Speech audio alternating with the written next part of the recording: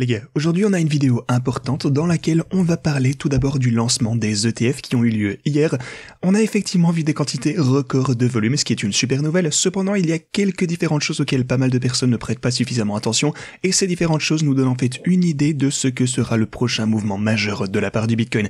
Alors, aujourd'hui, il faut qu'on parcourt tout ceci ensemble. On a plein de données dont j'ai besoin de vous montrer ici. Je vais vous parler de ce que j'imagine que le Bitcoin risque de faire au court terme, au moyen ainsi qu'au long terme, ainsi que plein d'autres choses. Alors assurez-vous de rester dans les parages du début jusqu'à la fin. Bienvenue à tous, je m'appelle Maxime et je vous apporte chaque jour des nouvelles vidéos en français sur les crypto-monnaies en vous apprenant comment vous faire de l'argent sur ce marché. Si vous êtes nouveau sur cette chaîne, alors c'est sûr de vous abonner et d'activer la cloche dès maintenant. Ok, allons droit au but. Ce qu'on a pu voir hier, c'est que une fois que les ETF ont réellement commencé à trader en bourse, eh bien, on a eu une forte augmentation de la part du Bitcoin ici. Vous pouvez le voir, on a pumpé de 47 000 à 49 000 $ en un rien de temps, presque immédiatement une poussée de 2 000 $. Cependant, regardez-moi ceci, dès qu'on a commencé à retracer ceci, eh bien, ça n'a pas arrêté. Dans l'ensemble, on n'a pas réussi à clôturer au-dessus de mon niveau clé de résistance ici. Vous pouvez le voir, ma ligne orange ici à 47 000 $. Alors, finalement, selon moi, c'est une bonne chose qu'on n'ait pas vu ceci augmenter encore plus pour ensuite avoir un retracement encore plus important. Ça, c'est une volatilité plus que normale. C'est absolument fantastique à voir. En fait, rien n'a été cassé, j'ai envie de dire, lors du lancement des ETF. Alors, je suis d'avis que durant chaque dip, en fait, à chaque fois que vous avez la possibilité d'acheter ici, ce sera une bonne occasion pour le Bitcoin et l'Ethereum, ainsi que même pour les altcoins. Mais j'en parlerai bien entendu plus tard dans la vidéo d'aujourd'hui. Alors, en ce qui me concerne, durant ce cycle, encore une fois, chaque dip est une bonne opportunité d'acheter du Bitcoin et d'augmenter votre position pour le plus long terme. Alors, qu'est-ce qu'on peut voir ici à part tout ceci? Eh bien, vous pouvez voir qu'on est toujours entre ces deux lignes oranges à 47 000 ainsi que 45 000 $, juste là. En fait, on a tradé dans cette range, on a fait comme ceci, on a clôturé ça, en fait on est dans cette fourchette depuis 5 jours déjà, on commence déjà à se consolider comme vous pouvez le constater, en fait on a commencé à se stabiliser au moins un tout petit peu, ce qui est pour le coup positif à voir je pense, mais attendez-vous également un petit peu plus de volatilité au cours des quelques prochains jours, et encore une fois je pense que la volatilité va commencer à s'atténuer quelque peu après peut-être la semaine prochaine. Pour le coup aussi, une autre chose clé à noter ici, c'est que durant toute cette volatilité, la dynamique haussière du Lux Algo est restée complètement intacte, ce qui est une autre super bonne nouvelle. Elle ne nous a donné aucun signal de vente, comme vous pouvez le constater ici. On n'a eu aucun signal négatif nous indiquant que la tendance haussière était finie. Alors, tout au long de ceci, le Lux Algo reste toujours fort. C'est un signal qui nous indique que le marché est en hausse. Donc on est dans une phase haussière pour le Bitcoin. Aussi pour tous ceux qui souhaiteraient connaître les niveaux de whales, dans lesquels les plus gros investisseurs ont tendance à intervenir et à commencer à accumuler. Vous pouvez le voir ici. Les whales ont acheté le dip juste là. Ça c'est actuellement aux 42 000 $. Et on verra prochainement. Je suppose que peut-être on risque de voir un niveau de whale juste ici, simplement parce que, encore une fois, on a eu tendance à pas mal rebondir à partir de ce point au fil du temps, mais jusqu'à présent, encore une fois, le Lux Algo ne nous a pas donné de signal négatif. Pour le coup, le premier point, je pense à la baisse, le premier niveau auquel les whales risquent d'accumuler, généralement c'est aux alentours des 42 000 $, en tout cas ça a été le cas dernièrement. Maintenant pour le coup, je ne pense pas nécessairement qu'on risque de descendre jusqu'ici, je vous dis simplement que si c'était le cas, bien ce serait un niveau auquel les whales achètent généralement du Bitcoin, donc on pourrait revoir un rebond, au moins à court terme. Voilà un petit peu pour ce qui est du Lux Algo, qui d'ailleurs, si vous souhaitez l'utiliser, et d'ailleurs on continuera évidemment à l'utiliser sur la chaîne, si vous souhaitez l'obtenir pour vous-même, rendez-vous en description de cette vidéo, vous pouvez obtenir le Lux Algo avec 20% des réductions en utilisant le lien que vous avez juste là. Mais bref, continuons parce que hier on a eu quelque chose de super intéressant. Vous pouvez voir que les marchés traditionnels, d'ailleurs c'est ce qu'on regarde actuellement, ont connu également un repli super important. On a assisté encore après ça à un gros rebond, et en ce moment on est assis en plein sur la ligne orange que vous voyez ici. Donc on constate que les lignes oranges continuent d'être super importantes, que ce soit pour le Bitcoin ainsi que pour les marchés traditionnels. Maintenant du coup, pourquoi est-ce qu'on a constaté ce pullback et comment le Bitcoin réagit-il à ceci? Eh bien la raison pour laquelle on a redescendu hier, c'est également à cause des données publiées sur l'inflation ainsi que l'IPC. Donc ces données sont sorties et ce qui a été reflété, c'est que en réalité l'inflation est légèrement moins bien que prévu parce que le marché s'attendait, comme vous pouvez le voir juste ici, à 0,2% d'un mois à l'autre, ainsi que 3,2% sur l'année, en tout cas d'une année à l'autre. Pour le coup, ce qu'on a eu, c'est donc 0,3% en décembre au lieu de 0,2.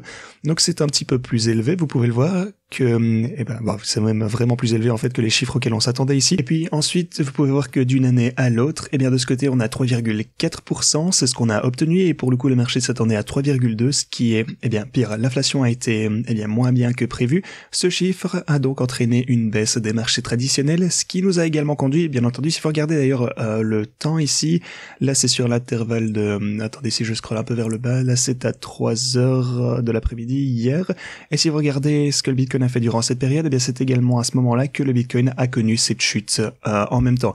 Mais pour le coup, c'est vrai que c'est au milieu aussi du moment où eh bien on a cette énorme pump pour le Bitcoin. Pour le coup, je sais pas trop dans quelle mesure ça l'a affecté, mais ça a eu au moins un certain impact selon moi. C'est quelque chose à prendre en compte, bien entendu.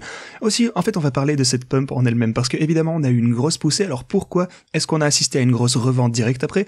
Évidemment, certaines personnes ont dumpé leurs bags qu'ils avaient accumulés en prévision eh bien de l'ETF spot pour le Bitcoin, alors que ça a commencé à être tradé en bourse.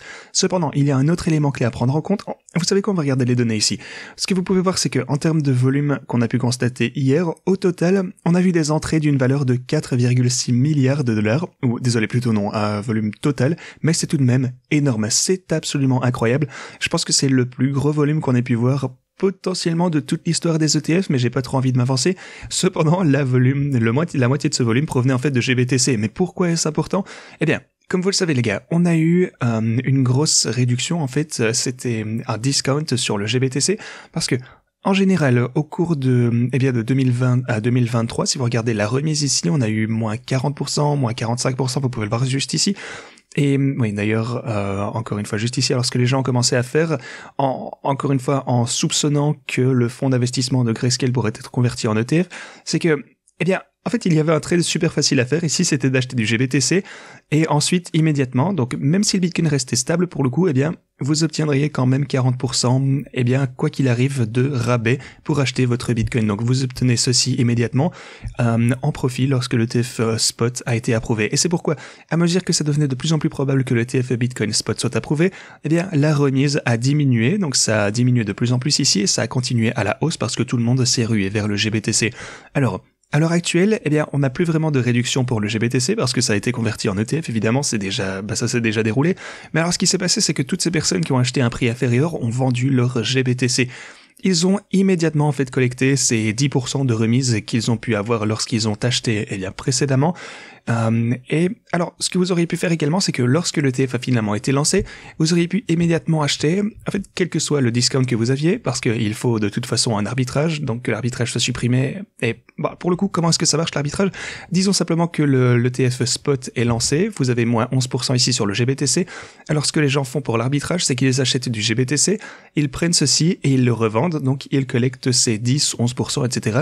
Et essentiellement, eh bien, ça fait baisser le prix du Bitcoin. Donc, on a eu énormément d'arbitrage hier, c'est pour ça en fait qu'on a énormément rechuté, ça a été la même chose pour les traders de GBTC, il s'est passé beaucoup de choses en même temps.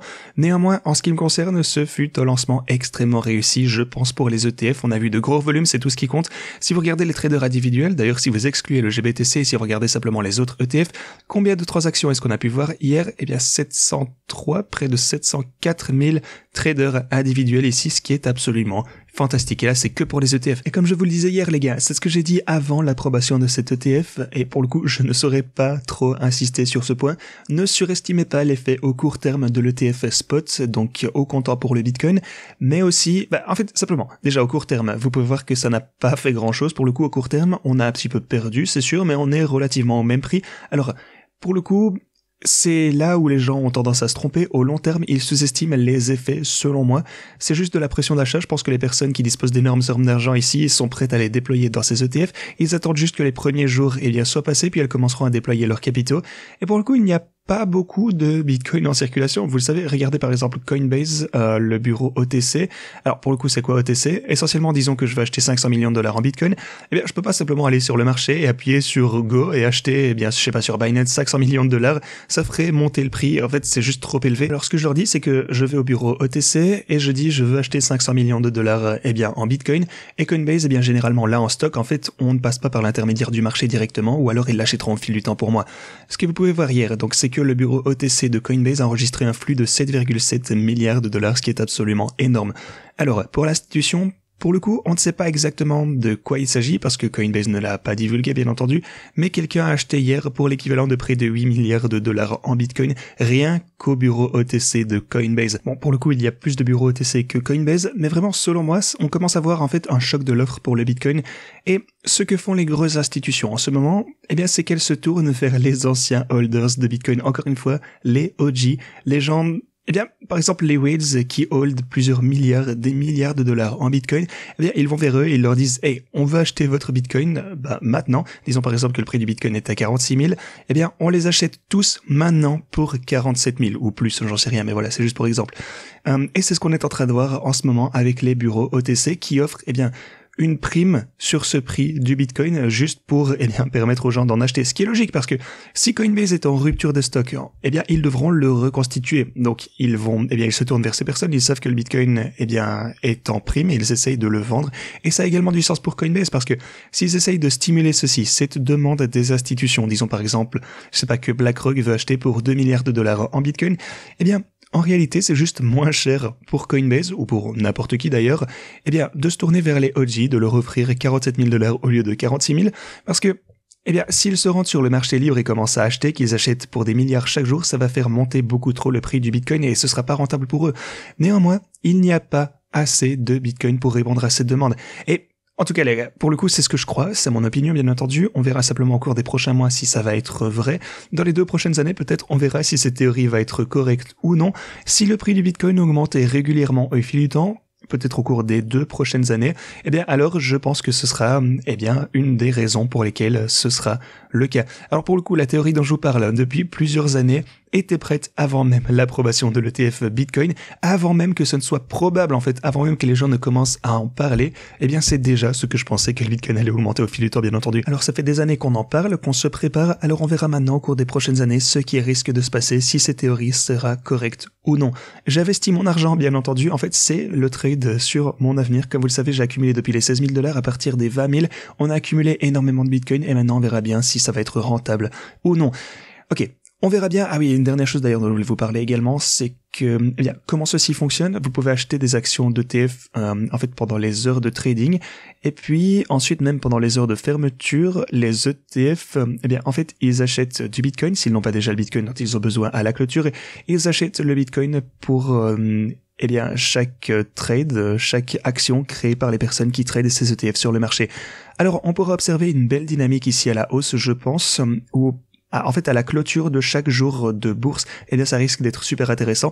En particulier, les jours où on verra des grosses quantités de transactions, ils risquent de devoir faire pumper le marché, même contre leur gré. En tout cas, les ETF, lorsqu'il sera clôturé en fin de journée, vous avez compris.